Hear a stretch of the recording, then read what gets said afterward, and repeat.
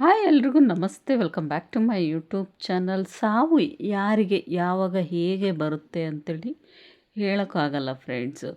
ಇವತ್ತಿದ್ದವರು ನಾಳೆ ಇರಲ್ಲ, ನಾಳೆ ಇದ್ದವರು ಇರೋದೇ ಇಲ್ಲ.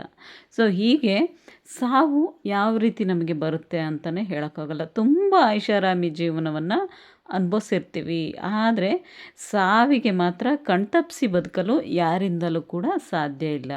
ಏಕೆಂತ ಹೇಳಿದ್ರೆ ಇಲ್ಲೊಬ್ಬ ಸೀರಿಯಲ್ ನಟಿ, ಪ್ರಖ್ಯಾತ ತೆಲುಗು ಇಂಡಸ್ಟ್ರಿಯಲ್ಲೇ ಹೆಸರುವಾಸಿಯಾಗಿರುವಂತಹ ಸೀರಿಯಲ್ ನಟಿ ಜಯವಾಹಿನಿ ಪ್ರಸಾದ್ ಅಂತೇಳಿ ಇವರ ಹೆಸರು.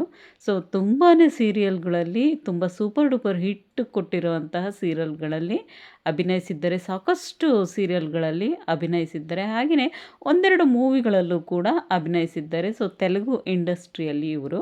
ಸೊ ಜಯವಾಹಿನಿ ಪ್ರಸಾದ್ ಅಂತೇಳಿ ಇವರು ಬಹುದಿನಗಳಿಂದ ಕ್ಯಾನ್ಸರ್ ಅಂದರೆ ಸ್ತನ ಕ್ಯಾನ್ಸರಿಂದ ಬಳಲ್ತಾ ಇರ್ತಾರೆ. ಸೊ ಚಿಕಿತ್ಸೆ ಫಲಕಾರಿ ಆಗದೆ ಸೊ ಕಳೆದ ಒಂದು 3-4 ವರ್ಷಗಳಿಂದ ಬಳಲ್ತಾ ಇರ್ತಾರೆ ಅಂತಲೇ ಹೇಳ್ತಾರೆ.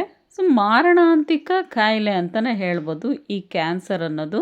So first stage, second stage, third stage ಅಂತ ಇರುತ್ತೆ. ಸೊ ಅದರಲ್ಲೂ ಈ ಕ್ಯಾನ್ಸರ್ ಯಾವ ಸ್ಟೇಜಲ್ಲಿದ್ದರೂ ಬಂದರೂ ಕೂಡ ಸೊ ಸ್ವಲ್ಪ ದಿನಗಳ ಕಾಲ ಮಾತ್ರ ಅಂತಲೇ ಹೇಳ್ಬೋದು ಫ್ರೆಂಡ್ಸು. ಏಕೆಂತ ಹೇಳಿದ್ರೆ ಇಲ್ಲಿ ಈ ನಟಿ ಆಸ್ಪತ್ರೆ ಖರ್ಚಿಗೂ ಹಣವಿಲ್ಲದೆ ಪ್ರಾಣ ಬಿಟ್ಟ ಖ್ಯಾತ ಕಿರುತೆರೆ ನಟಿ. ಸೊ ಏನೇ ನಮ್ಮಲ್ಲಿ ಇರ್ಬೋದು, ಹೆಸರು ಇರ್ಬೋದು, ಆದರೆ ಈ ಸಾವು ಅನ್ನೋದಿದೆಯಲ್ಲ, ಸೊ ಅದೊಂಥರ ದುರಂತ ಅಂತಲೇ ಹೇಳ್ಬೋದು. ಅದನ್ನು ಯಾರಿಂದನೂ ಕೂಡ ತಡಿಲಿಕ್ಕೆ ಆಗೋದಿಲ್ಲ. ಸಾಕಷ್ಟು ಸೀರಿಯಲ್ಗಳಲ್ಲಿ ಅಭಿನಯಿಸಿರ್ತಾರೆ. ಒಳ್ಳೆಯ ಹೆಸರನ್ನು ತೆಲುಗು ಇಂಡಸ್ಟ್ರಿಯಲ್ಲಿ ಪ್ರಖ್ಯಾತಿಯನ್ನು ಪಡೆದಿರ್ತಾರೆ. ಸೊ ಈ ಜಯವಾಹಿನಿ ಪ್ರಸಾದ್ ಅವರು ಸೊ ನೋಡುತ್ತಲೇ ಕ್ಯಾನ್ಸರ್ ಅನ್ನೋ ಮಾರಣಾಂತಿಕ ಕಾಯಿಲೆ ಇವರಿಗೆ ಬರುತ್ತೆ. ಸೊ ನೋಡುತ್ತಲೇ ಇವರು ಹಾಸಿಗೆಯನ್ನು ಹಿಡಿತಾರೆ. ಸೊ ಆಸ್ಪತ್ರೆ ಖರ್ಚಿಗೂ ಹಣವಿಲ್ಲದೆ ಸೊ ಪ್ರಾಣವನ್ನು ಬಿಡ್ತಾರೆ ಅಂಥೇಳಿ ಮಾಹಿತಿ ಬಂದಿದೆ.